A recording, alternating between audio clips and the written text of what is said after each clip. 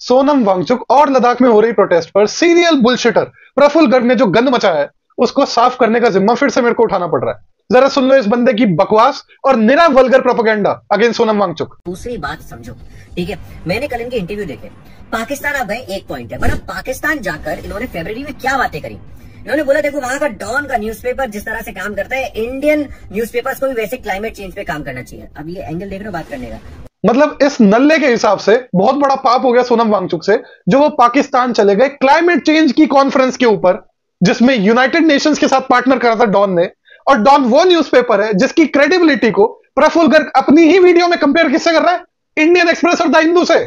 लगाऊं क्लिप काट के। पाकिस्तान की हिपोक्रेसी, उनका खुद का अखबार, जैसे इंडिया में आप अखबार पढ़ते हैं the Hindu, the Indian express, जिनको आप क्रेडिबल मानते हैं।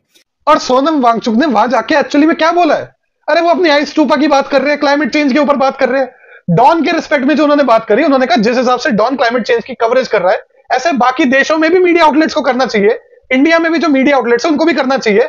और उसके बाद वो मोदी की तारीफ करके आए वहां पर, जिसके लिए अब इनको एंटी नेशनल डिक्लेयर किया जा रहा है। सुन लो आप। And this message needs to reach the whole world, and I'm so happy that media and leadership have a great role to play. And in Pakistan, I see Dawn Media is taking that responsibility as a champion of environment. I wish all countries, and in my country, and media house really takes this responsibility like here. Similarly, leadership has to take charge, world leaders. While many world leaders are now denying climate change even, I'm happy that Prime Minister Modi has not only taken many initiatives, but also launched a special mission called Mission Life, Lifestyle for the Environment, to urge the people to live simpler life. This kind of initiative we expect from leadership, from media. और पाकिस्तान जाना तो सोनम वांगचुक का ऐसे expose कर रहे हैं जैसे कोई ढकी छुपी बात इन्होंने ढूंढी हो। अरे भाई अपने पब्लिक हैंडल से ट्विटर पे खुद पोस्ट कर रखा था सोनम वांगचुक ने जब होकर आए थे वहां, और उन्होंने बोला कि भाई मैं यहां से पाकिस्तान गया तो इंडिया वाले कह रहे आप क्यों गए, और पाकिस्तान वाले कह रहे भाई आपने मोदी की तारीफ क्यों कर दी। सुन लो जरा। और हैरानी इस बात की हुई कि मेरे यहाँ कॉन्फ्रेंस में आने पर भारत से भी और पाकिस्तान से भी कुछ लोग मुझे सवाल करने लगे। भारत से ये कि मैं पाकिस्तान में क्यों गया, और यहाँ पाकिस्तान में ये कि आपने इस्लामाबाद में आकर स्टेज से भारत के प्राइम मिनिस्टर मोदी की तारीफ की। पर जो टूल किट ऊपर से पकड़ाई गई है इन नल्ले इन्फ्लुएंसर्स को अगेंस्ट सोनम वांगचुक, उसमें ये सब बातें है ही नहीं। तो ये नल्ले दो कौड़ी के रिसर्चर जिसमें दिमाग है नहीं अपना, बिल्कुल घुटनों में घुसा हुआ है, और जो मर्जी उठपटांग की बातें आकर पैडल करके चले जाएंगे। जैसे कि ये जो सोनम वांगचुक है, इनके बारे में एक चीज समझ लीजिए कि जितना आपको सीधे लग रहे हैं ये इतने सीधे नहीं है। हाँ वैसे अगर देखा जाए तो लेटे भी वो थोड़े टेढ़े ही है, तो सीधे इंसान कैसे हो सकते हैं, है ना। ये आई होप आपको डाउट नहीं रहेगा किसी को कि जो तरीके से आग लगाई गई उसमें कांग्रेस के काउंसलर इन्वॉल्व थे। There is no doubt. मतलब कोई डाउट ही नहीं है। पहले फेक न्यूज पेडल करो, उसके बाद बोले इसमें तो कोई डाउट ही नहीं है।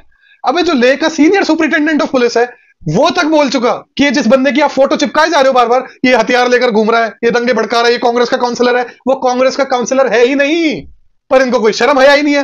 ये 2 दिन पुरानी खबर है जो फैक्ट चेक हो चुकी है ऑलरेडी, और प्रफुल्ल गर्ग आज स्टोरी डाल रहा है मेरी वीडियो इसके अगेंस्ट है भाई। और जब मैंने कहा पार्ट 2 में इसको और ले लूंगा और लोगों ने इसको खूब गालियां दी जा जाकर, तो बंदा अब इसके पास कोई ऑप्शन नहीं बचा तो कह रहा है सॉरी मेरे से गलती हो गई, मैं ना वो वीडियो डिलीट कर रहा हूं। अबे इस हिसाब से तो तेरे को अपना पूरा अकाउंट ही डिलीट करना पड़ जाएगा, क्योंकि अगर मैं रैंडमली इसके अकाउंट से कोई भी वीडियो उठाऊं तो उसमें एटलीस्ट कम से कम 3 मिस इन्फॉर्मेशन आपको मिल जाएगी बड़ी इजीली। ये तो हाल है इस बंदे का। और ऐसा भी नहीं है कि इन्फॉर्मेशन सही पहले एग्जिस्ट नहीं करती, बाद में फैक्ट चेक आता है तो ये बंदा फोर्स्ड हो जाता है अपने आप को करेक्ट करने के लिए। वो तो सिर्फ इसी स्पेशल केस में हुआ है। अब सोनम वांगचुक और पाकिस्तान का कनेक्शन लगा लो, क्या पहले सही इन्फॉर्मेशन एग्जिस्ट नहीं करती थी? लेकिन नहीं, डेलिबरेटली दल्लाबंदी वाली हरकतें तो करनी है इस बंदे ने। पास में भी मैंने जब इसको फैक्ट चेक करते हुए वीडियो बनाई, ये बंदा मेरे को ब्लॉक करने के बाद अपने यो यूनिटी के बिजनेस हेड से मेरी प्रोफाइल स्टॉक करवा रहा था, और फिर इनडायरेक्टली मेरे को रिस्पॉन्ड करने की इसने कोशिश की। वहां भी मैंने इसको पकड़ के ऐसा धोया, पर मजा ले इसके ढीठ बने की ऐसी की ऐसी पड़ी है वो वीडियोस आज भी इसकी प्रोफाइल पर। और वीडियोस भी क्लियरली आ चुकी है कि वो ओपनली बोल रहे हैं कि ये प्रोटेस्ट होना चाहिए, यूथ को रोड पर आना चाहिए। मतलब कितना भारी पाप है ना लोकतंत्र में रोड पर आना और प्रोटेस्ट करना। अब ये बात क्या इसको पता नहीं थी कि लोकतंत्र की बेसिक चीजें होती है, पर नहीं, दल्लागिरी तो करनी है इसने। तीसरा, कल प्रोटेस्ट के बाद इन्होंने बोला कि एक इंटरव्यू में टीवी पर इंडिया टुडे के, देखो ये तो एकदम ऑर्गेनिक था। और सबसे बड़ा जो मेरा एक था मतलब जो मेरे को हुआ कि नहीं ये इंसान ब्लैक एंड व्हाइट नहीं है, ये ग्रे एरिया में खेल रहा है, ठीक है। वो अगर कोई चीज यहां पर ऑर्गेनिक वाकई नहीं है तो वो है सोनम वांगचुक के ऊपर पर्सनल अटैक्स और कैरेक्टर असैसिनेशन। लिटरली इन बुद्धिहीनों को सडनली ये जितने भी पिल्ले घूम रहे हैं, ऊपर से कुछ टॉकिंग पॉइंट्स आए और जैसे कुत्ते को फेंकते ना, ले ले शू शू, इनको पकड़ाए और सडनली सारे के सारे same script, same talking point, same tool kit बोलना चालू कर दी। डैन चर्च एड से फंडिंग, FCRA रूल्स का वायलेशन, सेकमॉल को जोर शोर से फंडिंग आ रही है, 2007 का डेप्यूटी कमिश्नर का ये लेटर देख लो आप। सडनली जिन लोगों को एफसीआरए की फुल फॉर्म नहीं पता होगा, जिनको अगर आप सड़क पे खड़ा करके पूछना सेकमॉल की फुल फॉर्म क्या है, इनके रिसर्च स्किल इतने सॉलिड हो गए कि सारे दल लोगों को इकट्ठे एक ही टॉकिंग पॉइंट पता चल गए और सारे के सारे वही स्क्रिप्ट पढ़े जा रहे हैं, वही चीज भौंके जा रहे हैं एकदम बेवकूफों की तरह। But it took a genius like Praful Garg, जो इसने ईरान और चाइना का कनेक्शन जोड़ दिया इस लद्दाख प्रोटेस्ट में, पाकिस्तान के साथ साथ ईरान और चाइना का। अब ईरान का फायदा कैसे है? कारगिल की मैक्सिमम पॉपुलेशन शिया मुस्लिम है और इनका पूरा एक रिलीजियस कनेक्ट है ईरान की लीडरशिप के साथ। जब भी ईरान के कोई डिप्लोमेट इंडिया आते हैं तो वो कारगिल जरूर जाते हैं। कारगिल के लोगों को ईरान में स्कॉलरशिप मिलती है। अबे तो आबादी जितनी पहले थी उतनी दंगे होने के बाद है, फायदा क्या हुआ है? ये तो इनका माइंडसेट है फॉरेन पॉलिसी का। और इस ढक्कन को एसआरसीसी अपना टेडेक्स स्पीकर के रूप में बुलाने वाली थी, वो तो मैंने उस पर हल्ला काटा, स्टोरिया पोस्ट करी, एसआरसीसी के बच्चों ने कन्वे करा ऑर्गेनाइजर को कि भाई बेइज्जती कराओगे क्या हमारी, इसको बुलवा के प्रेशर बना और इसका इनवाइट अल्टीमेटली कैंसिल हुआ, वरना तो भाई साहब एसआरसीसी अपनी इमेज डुबा देता। लेह लद्दाख की सिर्फ जेनजी नहीं, मेजॉरिटी पॉपुलेशन सेंट्रल गवर्नमेंट से नाराज थी। अबे तो जब मेजॉरिटी आबादी नाराज थी मोदी सरकार से, क्यों फिर जबरदस्ती तुम लोग घुसेड़े जा रहे हो एंगल कि सीआईए का इसके अंदर हाथ है, चाइना का पैर है, ईरान का गोडा है और पता नहीं पाकिस्तान की कोहनी है। जबरदस्ती जब भाई ऑन ग्राउंड रिजेंटमेंट एग्जिस्ट करती है वो भी मेजॉरिटी के द्वारा, तो उसको क्यों नहीं बेसिस तुम लोग समझते हैं? हर जगह जबरदस्ती कॉन्स्पिरेसी हो रही है, साजिश हो रही है तुम्हारे खिलाफ, और उसका कारण क्या है? डिससेटिस्फेक्शन का, वो भी ये खुद बता रहा है। क्योंकि जब से एब्रोगेशन ऑफ आर्टिकल 370 हुआ था तब से लद्दाख के पास स्टेटहुड तो रही नहीं, जबकि जम्मू कश्मीर को यूनियन टेरिटरी बनाया गया विद लेजिस्लेचर, वहां पे सीएम है, सब कुछ है, ठीक है। बट लद्दाख को यूनियन टेरिटरी बनाया गया विदाउट लेजिस्लेचर, मतलब उनके पास अपनी गवर्निंग बॉडी नहीं है, अपनी गवर्नमेंट नहीं है।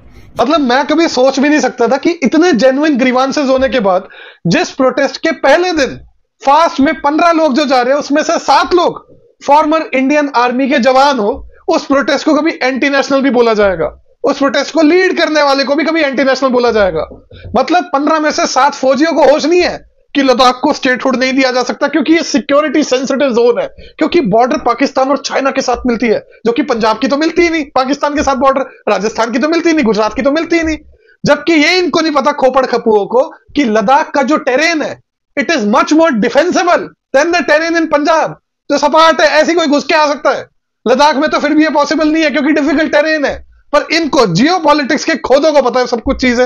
रात देखेंगे तो लद्दाख इस समय जल रहा है। बीजेपी का ऑफिस छोड़ो, पब्लिक प्रॉपर्टी का इतना ज्यादा नुकसान हो चुका है, लोगों की मौत हो चुकी है, कितना ज्यादा लद्दाख के अंदर इस समय अनरेस्ट है। और ये सब कुछ है सोनम वांगचुक की एक जिद के पीछे की। अब सोनम वांगचुक की जिद के कारण ये सब कुछ हो रहा है या मोदी सरकार की जिद के कारण हो रहा है? वो बेचारा तो मेजॉरिटी ऑफ द लद्दाखीज के लेजिटिमेट और जेन्युइन ग्रीवेंसेस को रिप्रेजेंट कर रहा है।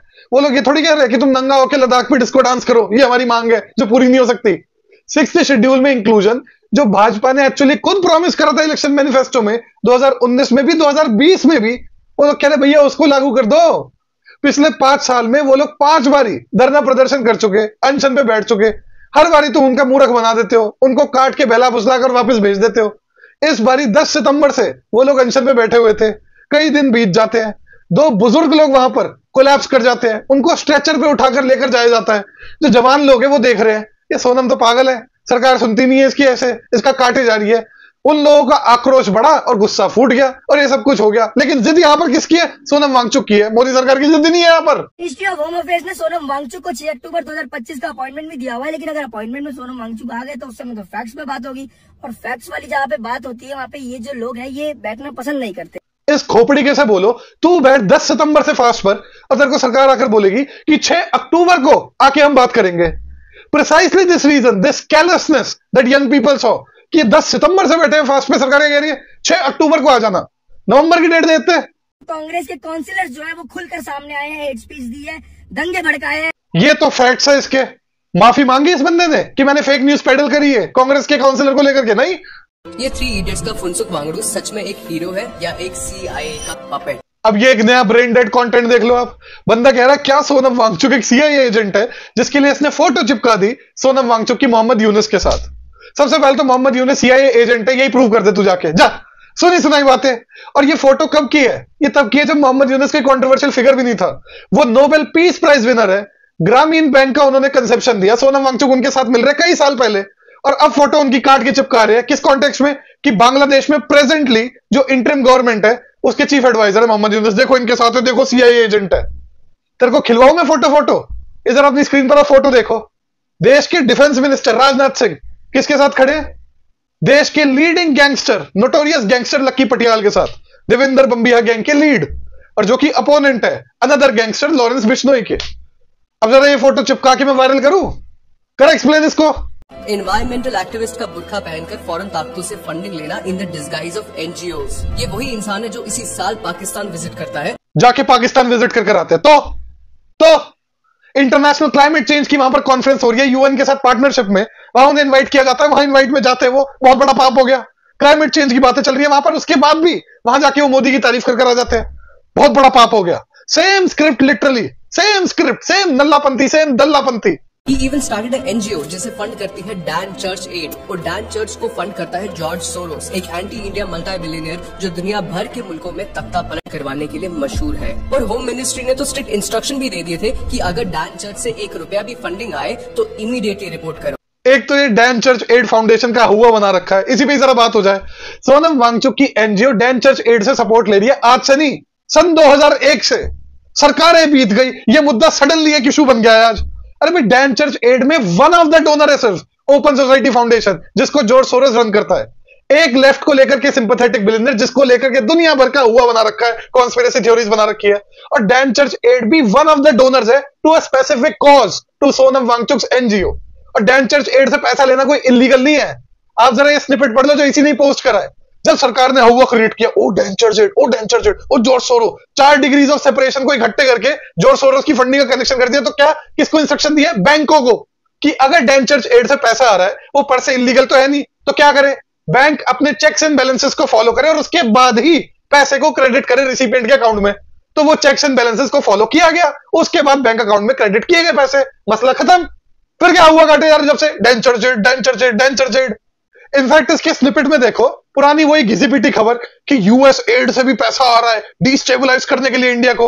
ये बहुत इसमें प्रोपेगेंडा चला कि वोटर टर्नआउट के पैसे आ रहे थे यूएस एड से। तो इंडिया के कम्युनिस्ट लीडर ने पार्लियामेंट में सवाल पूछ लिया, मंत्री ने जो जवाब दिया वो इन नल्लों ने किसी ने भी रिपोर्ट नहीं किया। मंत्री ने कहा कि भाई यूएस एड से $1 नहीं आया, $1 नहीं आया for the purpose of voter turnout in India. किसी ने माफी मांगी इन दल्लों में से? पर नहीं, वही सारी कॉन्स्पिरेसी थ्योरी चल रही है, यूएस एड, जॉर्ज सोरोस। अरे भाई, it is a joke compare to जो पैसा आईटी सेल इन दल्लों को देती है कुछ भी प्रोपेगेंडा पेलने के लिए, सोनम वांगचुक जैसे जेंटलमैन की इमेज को टार्निश करने के लिए। ये है रियल कल्प्रेट, इस पे ध्यान ही नहीं है किसी का। सपोजिटली कोई पैसा जॉर्ज सोरोस से आ रहा है, यूएस एड से आ रहा है, जो हमारी डेमोक्रेसी को ट्विस्ट कर रहा है। अरे भाई, इंटरनली ये जो पैसा जा रहा है प्रोपेगेंडा में, आपके बिलियनर सारे न्यूज चैनल जोन करते, डिस्टॉर्ट करते खबरों को, वो कुछ भी नहीं है। क्यों? क्योंकि वो और हम सेम देशवासी है। हालांकि मेरा कोई लेना देना नहीं है अंबानी से, अदानी से, ये जो जितने भी लोग हैं जो मीडिया को ओन करते हैं, कोई कनेक्शन नहीं है। लेकिन ये अंडरमाइन कर रहे हैं हमारी डेमोक्रेसी को, कुछ नहीं फर्क पड़ता उससे। आईटी सेल इन्फ्लुएंसर्स को पैसे देके एकदम वल्गर प्रोपेगेंडा चला के देश के हीरे सोनम वांगचुक जैसे को बदनाम कर रही है, उससे कोई फर्क नहीं पड़ता। जॉर्ज सोरोस का सपोजिटली पैसा कनेक्शन, मेरे को तो हंसी आती है इन लोगों के ऊपर। आप जरा ये एफसीआरए वायलेशन का केस देख लो। सरकार देखा भाई एफसीआरए रूल्स का वायलेशन हुआ, सोनम वांगचुक की एनजीओ ने पैसा रिसीव करा, जिसमें उन्होंने पूछा किस चीज के लिए पैसा रिसीव करा, तो वांगचुक की एनजीओ रिप्लाई करती है कि भाई हमने वन ऑफ द रीजन था for food security and sovereignty. इतने बड़े नल्ले, इन्होंने पता क्या करा, वो सॉवरेंटी शब्द जो एंड के साथ था उसको कैपिटल्स में लिख दिया, कॉमा हटा दिया और कह रहे नेशनल सॉवरेंटी के लिए पैसा आपने यूज किया, आपका लाइसेंस कैंसिल। अरे भाई, फूड सिक्योरिटी एंड सॉवरेनिटी, इसका मतलब क्या होता है कि खाना जैसे प्रोड्यूस होता है और डेवलप होता है, वो कैसे उगाया जाएगा, कैसे प्रोड्यूस किया जाएगा, उस पर भी कंट्रोल लोकल्स का। उसको कंफ्यूज कर दिया इन्होंने नेशनल सॉवरेनिटी के साथ और इस बात पे कैंसिल कर दिए। और कितना अमाउंट था ये? 5 लाख के अंडर में, जो एनसीआर में ऐसी कोई जाट, गुजर, राजपूत टाइप लोग ऐसी दान दे दे। ये तो लेवल ऑफ प्रोपेगेंडा चल रहा है सोनम वांगचुक के अगेंस्ट। सोनम वांगचुक के खिलाफ तो 2007 में कांग्रेस थी। उस समय लेके डीएम ने सोनम वांगचुक को नोटिस भेजा था, जिसमें लिखा हुआ था कि आपके अगेंस्ट सीरियस एलिगेशन है कि आप चाइना के साथ एंटी नेशनल एक्टिविटीज में शामिल है। द कीवर्ड इज एलिगेशंस, मात्र एलिगेशंस, वो भी कबाड़ा इंग्लिश में।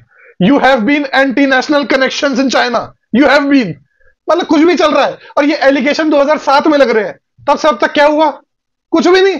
कांग्रेस भी हो गई, बीजेपी भी हो गई, मैं उन एलिगेशंस का हुआ क्या, सब्सटेंशिएट हुआ आज तक? बट सडनली अब जब प्रोटेस्ट चल रही है और सरकार को डिमांड को कंसीड नहीं करना, तो ये 2007 का एलिजेड लेटर, जिसको चलो मान भी लेते एक बारी को वैलिड है, ये सर्कुलेट करना चालू कर दिया आईटी सेल ने और सारे क्रिएटर्स के हाथ लग गया तुरंत और सेम टॉकिंग पॉइंट बोलने चालू कर दिए। Now do I need to go through all the silly accusations of Modi government against Sonam Wangchuk? इतनी मेलाफाइडी एलिगेशंस जो मैं एक के बाद एक्सपोज कर रहा हूं, उससे आपको समझ में नहीं आ रहा कि असली स्टोरी चल क्या रही है। अरे भाई, जो उनकी लेजिटिमेट डिमांड्स है उसको कैंसिल करने के लिए आप दुनिया भर का मॉन्स्टर बना दो सोनम वांगचुक। हमारे लिए तो मॉन्स्टर है नहीं, वो ना कभी होंगे। इनफैक्ट आप जितना उनके ऊपर अटैक करोगे उतना ही आप अपनी क्रेडिबिलिटी को और अपनी लेजिटिमेसी को अंडरमाइन करते रहोगे। करते रहो भाई, मैंने तो वीडियो बना दी, जिन लोगों को पसंद है जरा सपोर्ट करना मेरे को।